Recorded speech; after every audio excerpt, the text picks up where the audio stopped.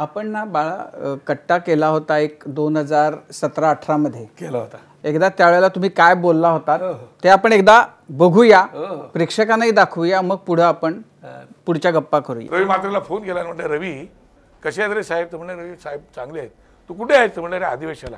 अरे बाळासाहेबांनी तुला विचारलं, राजसाहेबांना विचारलं बाळा नाही आला का?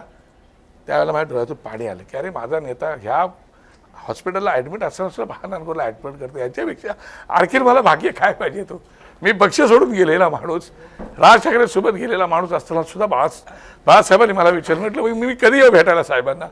तो मग ते बोलले नाही तू कधी पण ये।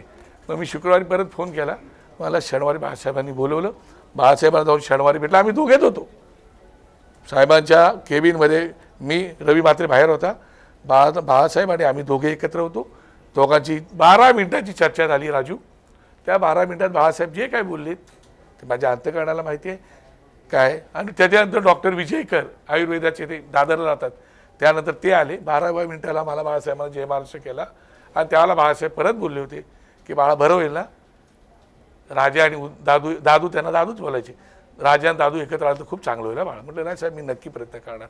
आणि तो प्रयत्न मी बाळासाहेबांना त्याच्यानंतर बाळासाहेबांची माझी काय भेट झाली नाही, त्यानंतर बाळासाहेबची गेलेच निघून।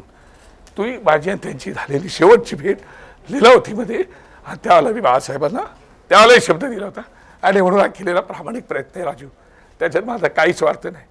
या दोघं भावंड एकत्र येऊन माझं राजकारण संपलं तरी चालेल, पण हे दोघं भाऊ महाराष्ट्रासाठी आणि मराठी माणसासाठी एकत्र यावीत एवढीच माझी भावना आहे, त्याच्या पलीकडे माझा काही स्वार्थ नाही।